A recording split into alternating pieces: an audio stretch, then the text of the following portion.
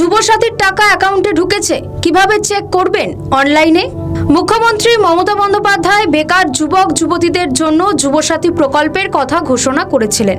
1 April থেকে প্রকল্পের টাকা দেওয়ার কথা থাকলেও নির্ধারিত সময়ের আগেই উপভোক্তাদের অ্যাকাউন্টে যুবসাথী প্রকল্পের টাকা ঢুকতে শুরু করেছে।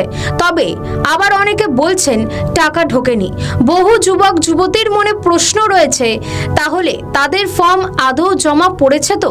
কারণ অনলাইন এবং অফলাইনে লক্ষ লক্ষ ফর্ম জমা পড়েছে।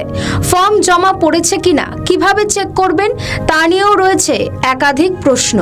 যারা অনলাইনে ফর্ম ফিল আপ করেছেন তারা বাড়িতে বসে চেক করতে পারবেন খুব সহজেই। প্রতিবেদনের মাধ্যমে জেনে নিন পদ্ধতি।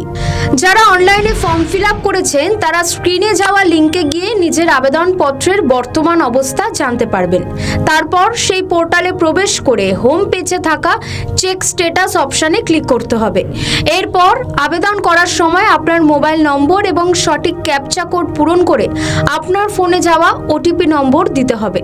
মোবাইল নম্বরে প্রাপ্ত ওটিপি নম্বর দিয়ে ভেরিফাই পিন অপশানে ক্লিক করলে আপনার আবেদন নম্বর বা রেজিস্ট্রেশন নম্বরটি দেখা যাবে। অন্যদিকে অ্যাপ্লিকেশন ফর্ম অপশানে ক্লিক করে জমা দেওয়া ফর্মও দেখা যাবে। তবে যারা অফলাইনে আবেদন করেছেন তারা কিভাবে স্ট্যাটাস দেখবেন সে বিষয়ে এখনো স্পষ্টত কিছুই জানানো হয়নি। প্রসঙ্গত 21 থেকে 40 বছর বয়সী বেকার যুবক যুবতীরা চাকরি না পাওয়া পর্যন্ত প্রতি মাসে 1,500 টাকা করে ভাতা পাবেন। এখনো পর্যন্ত প্রায় 84 লক্ষ বেকার যুবক যুবতী যুবসাথী প্রকল্পের জন্য আবেদন করেছেন। রাজ্য জুড়ে নয়া প্রকল্পের অভাবনীয় সাড়া মিলেছে।